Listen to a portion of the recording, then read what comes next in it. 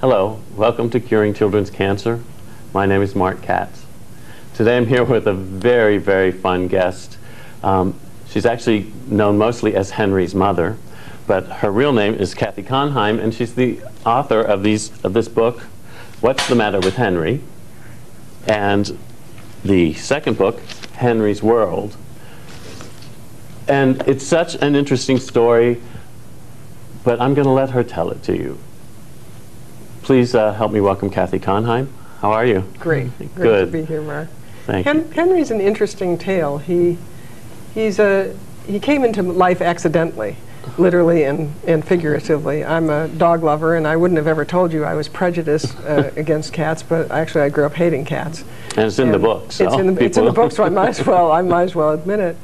And in 2 years ago, almost 2 years ago in November, we found him in our mountain property, and his leg was dangling. And even though I'm not a cat lover, I can't bear to see any animal hurting. Sure. So we rushed him to the vet, and the vet said, "Cat's fine, about 4 months old, but has to have an amputation, and he can't be an outdoor cat anymore." And I said, "Well, we have a dog.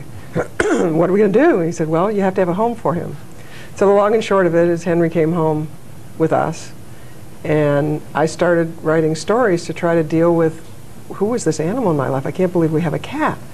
And I sent him to 20 people, and they sent him to 20 people, and they sent him to 20 people. And as of today, I've answered 11,000 letters for this cat. Oh my gosh. And he's turned into a therapist. He's a healer. I'm a psychotherapist. And people's animals write Henry, and they develop this amazing bond in a healing way. What kind of person are you that you could create this, though? I don't think I created anything. Well, I think that I've been a therapist for 33 years, a psychotherapist, and I think what happens is I'm channeling the voice of a sort of more innocent being. Henry, in his furriness, allows us to access on a heart level things that do healing. And that's what's important, I think, when you're treating kids or when you're treating grown-ups or we're treating a disease. We can't always alter the outcome, but we can deal with what the healing process is. And Henry has turned out to be a great teacher. You know, he teaches that we're not defined by our misfortunes. That's excellent. But by our responses to them. That's the biggest deal. That's a great thing. It's not what you're presented with, but how you deal with it. But how you deal with it. And one of the things that happens with kids when they get sick very young is they get wise fast. Right. Right, and they know things and they tell things, and one of the things that Henry wants to do is get all the people in the world who got dealt a different hand than they thought they were going to get to write their stories. Henry's a storyteller. You know, we forget facts and figures in our life, but we remember the stories, the essence of what things are about. And Henry's a storyteller, and he invites everybody to say, you know, everybody's life deserves a novel.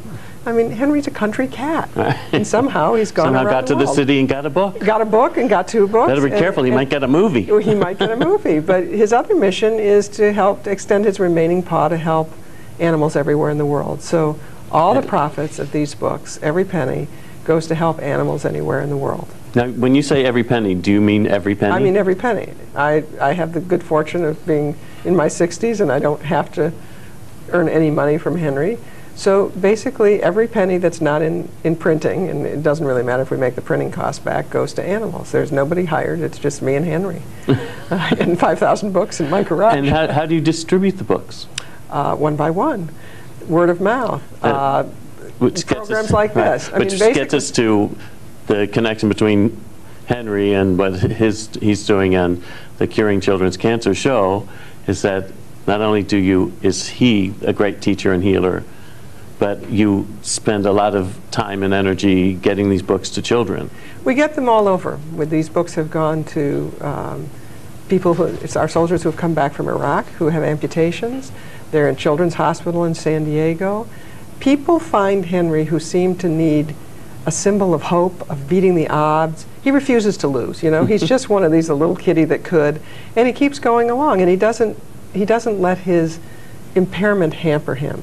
And I think kids do that too. There's an innocence in the kids, and that's what is captured also with Henry. Well, and that's what I found with children with cancer, is that it's amazing to be around a group of kids.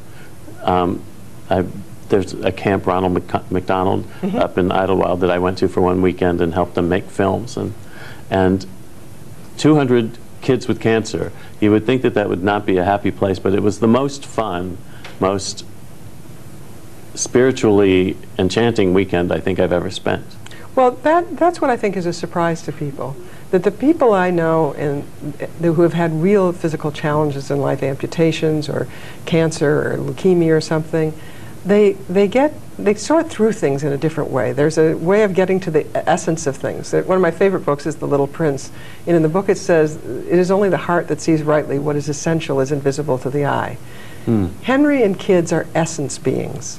Right. You know, I don't know any grown-up who, when they have a child, doesn't talk for that first year in that gooey, oh, you're so exactly. cute. The most sophisticated, intelligent lawyer. But they talk on a heart level. And then the kids start growing up, and they get language, and then their voices change, and then the grown-ups' voices change. Right. The neat things about animals is they're frozen in time.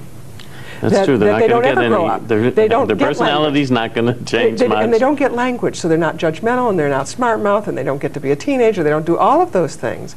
So for 5 or 10 or 15 or 20 years, however long we have this animal, you get a quality of unconditional love.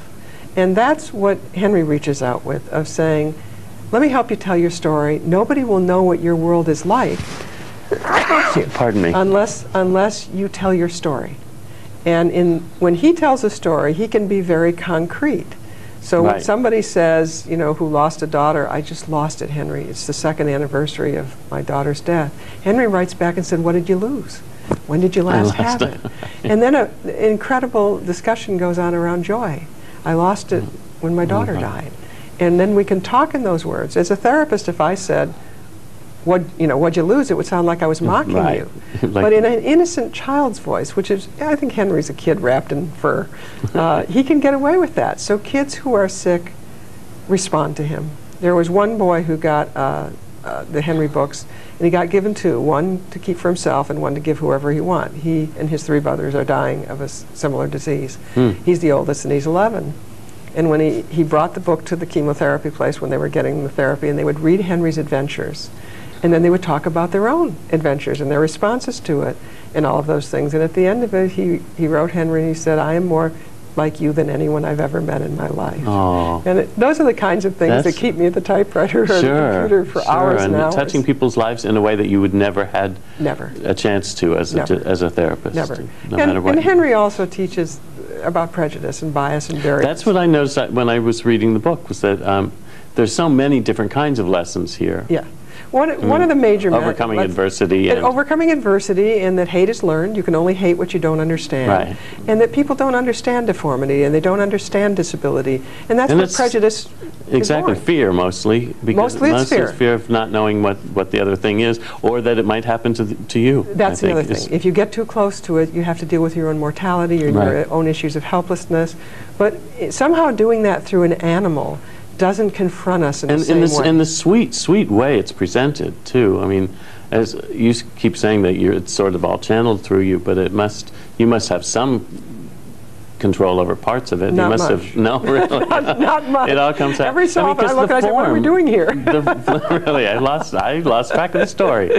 I lost track of everything. The other thing that I think Henry becomes sort of a little Prince of Peace. You know, in a world that is torn by hatred now, people are feeling impotent. They don't think that their vote will count. They don't think $1 will make a difference. They don't think they can make a difference. So Henry is here to say, just because you can't do everything does not give you permission to do nothing.